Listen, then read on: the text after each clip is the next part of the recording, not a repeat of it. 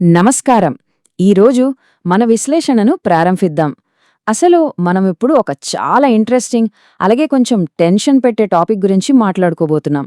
అదేంటంటే, బ్యాంకింగ్ రంగంలో పెద్ద దిగ్గజమైన ఉదయ్ కోటక్ గారి నుంచి రీసెంట్గా ఒక వార్నింగ్ వచ్చింది. ప్రిపేర్ ఫర్ పారనోయా అని. వినడానికి కొంచెం భయంగా ఉంది కదూ?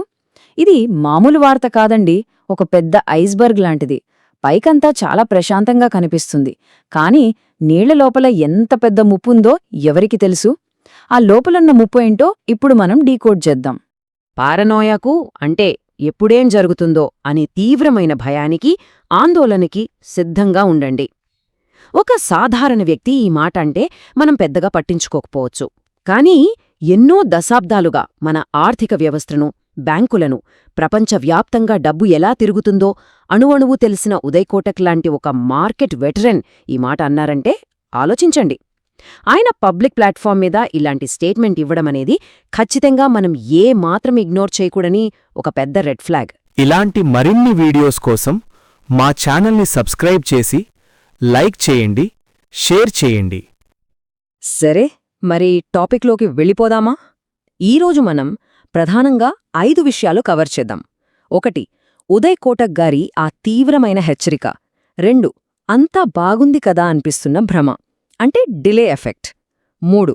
బ్యారెల్ $100 దాటితే వచ్చే క్రూడ్ ఆయిల్ ముప్పు. 4. ముగుస్తున్న గ్లోబలైజేషన్ శకం. ఇక చివరిది, ఈ పారనోయా నుంచి మనం ఎలా బయటపడాలి? మొదటి సెక్షన్ ఉదయ్ కోటక్ గారి వార్నింగ్. అసలాయన ఈ వార్నింగ్ ఎందుకిచ్చారు? దీన్ని ఒక రెడ్ ఫ్లాగ్లా ఎందుకు చూడాలి? ఒకసారి మన చుట్టూ ఉన్న ప్రపంచాన్ని గమనించండి.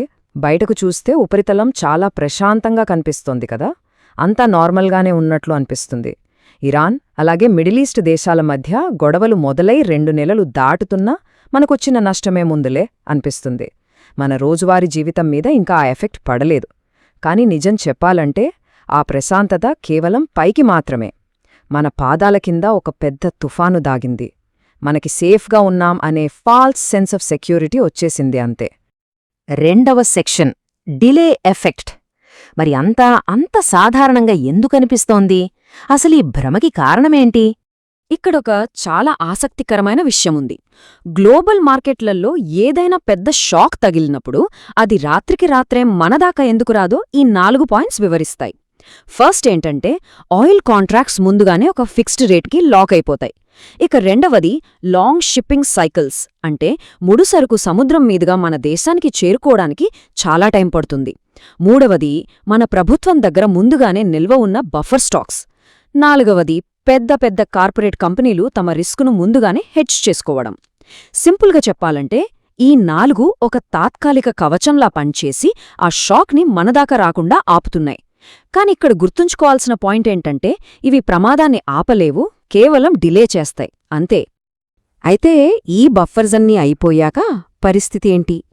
ఒకసారి ఆ కవచం తొలగిపోయిందంటే అప్పుడు మొదలవుతుంది అసలు షాక్. స్ట్రెయిట్ ఆఫ్ హార్మూజ్ లాంటి కీలక మార్గాల్లో ఏ చిన్న డిస్టర్బెన్స్ వచ్చినా ఇన్సూరెన్స్ ప్రీమియంలు ఒక్కసారిగా ఆకాశాన్ని అంటుతాయి. ఆయిల్ ట్యాంకర్లు రావడం బాగా లేటవుతుంది. సప్లై ఉంటుందో లేదో తెలియని దారుణమైన అనిశ్చితి ఏర్పడుతుంది. ఆ టైంలో తెలుస్తుంది అస్సలైన ఆర్థిక ఎఫెక్ట్ ఏంటో. ఉదయ్ కోటక్ గారన్నట్లు అసలు ఇంపాక్ట్ ఇంకా మొదలవ్వలేదు, ముందుంది ముసళ్ల పండుగ. మూడవ సెక్షన్ $100 క్రూడ్ ఆయిల్ ముప్పు. ఈ గ్లోబల్ గొడవల వల్ల మన ఆర్థిక లెక్కలు ఎక్కడ తప్పిపోతాయో ఇప్పుడు చూద్దాం. ఈ నంబర్ చూడండి, 85%. అవును, మన దేశానికి అవసరమైన ముడి చమురులో దాదాపు 85% మనం వేరే దేశాల నుంచి ఇంపోర్ట్ చేసుకుంటున్నాం. ఇది మామూలు విషయం కాదండి, చాలా పెద్ద రిస్క్. అంటే గ్లోబల్ మార్కెట్లో ఆయిల్ రేట్లలో ఏ చిన్న కుదుపొచ్చినా మన దేశ ఆర్థిక వ్యవస్థ మొత్తం షేక్ అవుతుంది. మనం అంత వల్నరబుల్ స్టేజ్లో ఉన్నాం. ఈ 2 దృశ్యాలను పక్కపక్కన పెట్టి చూద్దాం.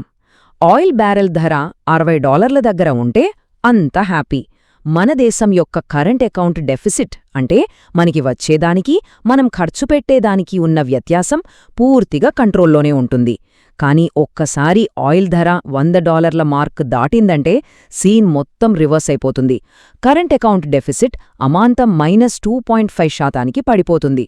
డాలర్తో పోలిస్తే మన రూపాయి వాల్యూ దారుణంగా పతనమవుతుంది. ఈ ఎఫెక్ట్ కేవలం దేశం బ్యాలెన్స్ షీట్లకు మాత్రమే పరిమితం కాదు, ఒక బటర్ఫ్లై ఎఫెక్ట్ లాగా నేరుగా మన పర్సుల మీద పడుతుంది. ఆయిల్ $100 దాటితే ఏం జరుగుతుందో తెలుసా? పెట్రోల్, డీజిల్, ఎల్పీజీ సిలిండర్ రేట్లు చుక్కలు చూపిస్తాయి. రవాణా ఖర్చులు పెరిగిపోయి మనం రోజు తినే కూరగాయలు, నిత్యావసరాల ధరలు మండిపోతాయి. అంటే ఇన్ఫ్లేషన్ భారీగా పెరుగుతుంది. అప్పుడు రిజర్వ్ బ్యాంక్కి వడ్డీ రేట్లు తగ్గించే ఆప్షనే ఉండదు.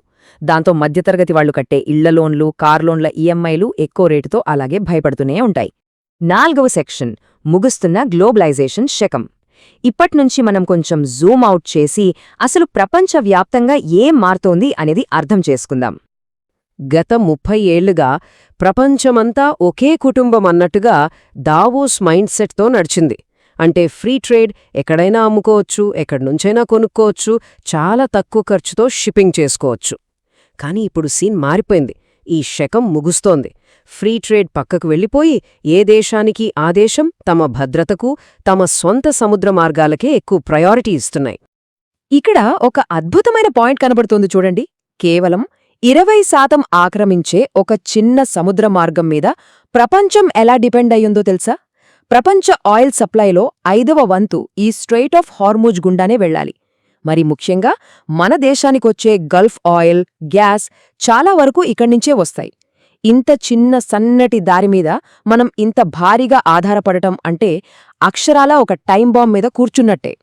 ఒకవేళ ఆ స్ట్రెయిట్ ఆఫ్ హార్మోజ్ మార్గంలో టెన్షన్స్ ఇంకా పెరిగితే ఏమవుతుంది? ఒక పెద్ద చైన్ రియాక్షన్ స్టార్ట్ అవుతుంది. గవర్నమెంట్ మీద గ్యాస్ సబ్సిడీ భారం పెరుగుతుంది. ఫ్లైట్ టికెట్లు, ట్రాన్స్పోర్ట్ రేట్లు ఆకాశానికంటుతాయి. ఫుడ్ ఇన్ఫ్లేషన్ సామాన్యుడికి చుక్కలు చూపిస్తుంది. రూపాయి విలువ పడిపోతుంది.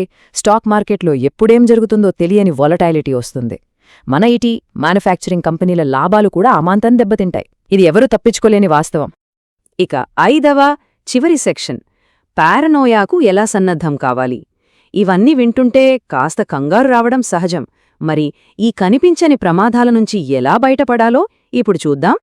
ఇక్కడ పారనోయా అంటే భయపడిపోయి పానిక్ అవ్వడం కాదండి, పరిస్థితులను ఎదుర్కోవడానికి రెడీగా ఉండటం. అంటే ముందే చెత్త పరిస్థితులు వస్తాయని ఊహించటం. చేతిలో ఉన్న క్యాష్ ఫ్లోను చాలా జాగ్రత్తగా మానిటర్ చేసుకోవడం. అనవసరమైన పెద్ద పెద్ద అప్పులు, ఓవర్ లెవరేజింగ్ జోలికి వెళ్లకపోవడం.